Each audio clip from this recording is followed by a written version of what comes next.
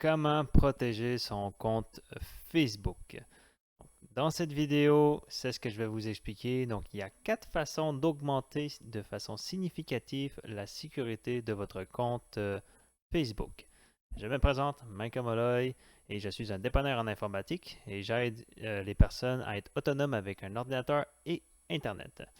Donc, ma façon d'augmenter sa sécurité sur Facebook est la suivante. Il suffit tout simplement d'activer l'authentification à double facteur. Qu'est-ce que c'est? C'est tout simplement une deuxième barrière de sécurité qu'on va utiliser après avoir entré son mot de passe. Donc, si votre mot de passe se fait pirater, donc se fait voler par un pirate, eh bien, il va devoir faire face à la deuxième barrière de sécurité. Et la deuxième barrière de sécurité, il y a 4 façons de l'activer et je vais vous le montrer comment faire. Donc, ok, parfait. Donc, une fois que vous êtes connecté sur votre page Facebook, on va aller en haut à droite voir notre avatar. Donc, on clique dessus et vous allez voir dans Paramètres et confidentialité, Assistance confidentialité.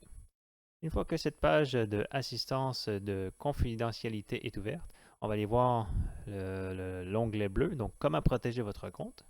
Donc, effectivement, pour protéger votre compte, la première des choses, il faut avoir un super de bon mot de passe. Donc, ça, c'est évident. J'ai fait une vidéo là-dessus. Je peux vous partager le lien. Ensuite, pour pouvoir protéger votre compte, donc la deuxième façon, c'est d'activer l'authentification à deux facteurs. Donc, la première, c'est le mot de passe. Ensuite, c'est l'authentification à double facteur. Donc, on va faire ici gérer. Donc, puisque c'est une question de sécurité, il va vous demander de saisir votre mot de passe.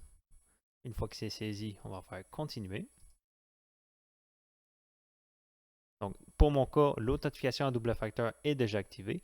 Mais moi, je vais vous montrer les 4 façons, les 4 possibilités pour pouvoir l'activer.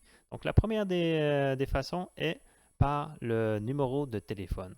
Donc, la façon que ça va fonctionner, c'est que Facebook, lorsque vous allez vous authentifier pour la première fois, va vous envoyer un code à 6 chiffres, un code à, oui, c'est exact, un code à 6 chiffres par SMS, qui va vous envoyer directement sur votre téléphone intelligent. Donc, vous prenez le code à 6 chiffres et vous le donnez à Facebook. Comme ça va déverrouiller la deuxième barrière de sécurité. Donc, ça, c'était la première des méthodes.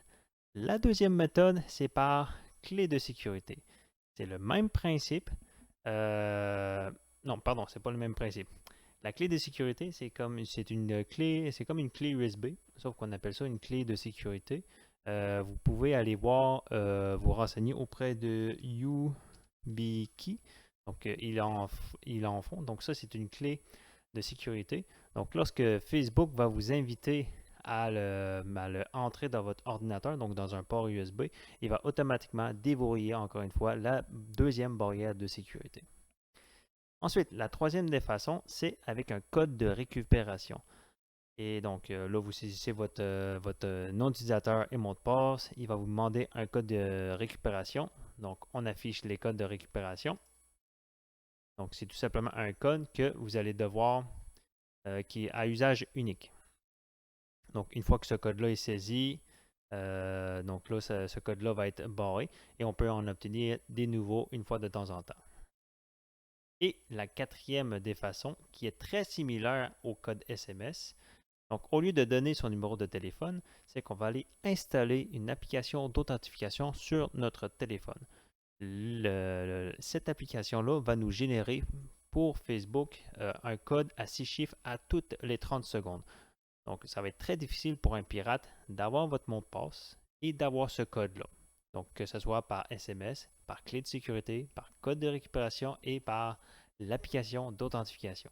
Donc, c'est pour ça que c'est très recommandé, même nécessaire, d'activer la deuxième barrière de sécurité qui est l'authentification à double facteur par l'une de ces 4 façons-là. Donc, j'espère que vous avez trouvé cette vidéo très instructive. Si oui, faites-moi un thumbs up et abonnez-vous à ma chaîne YouTube.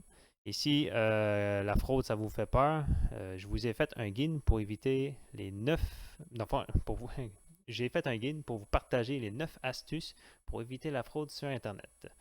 Donc, je vais mettre le lien dans les commentaires. Encore une fois, là-dessus, je vais vous souhaiter une excellente journée et on se dit à très bientôt.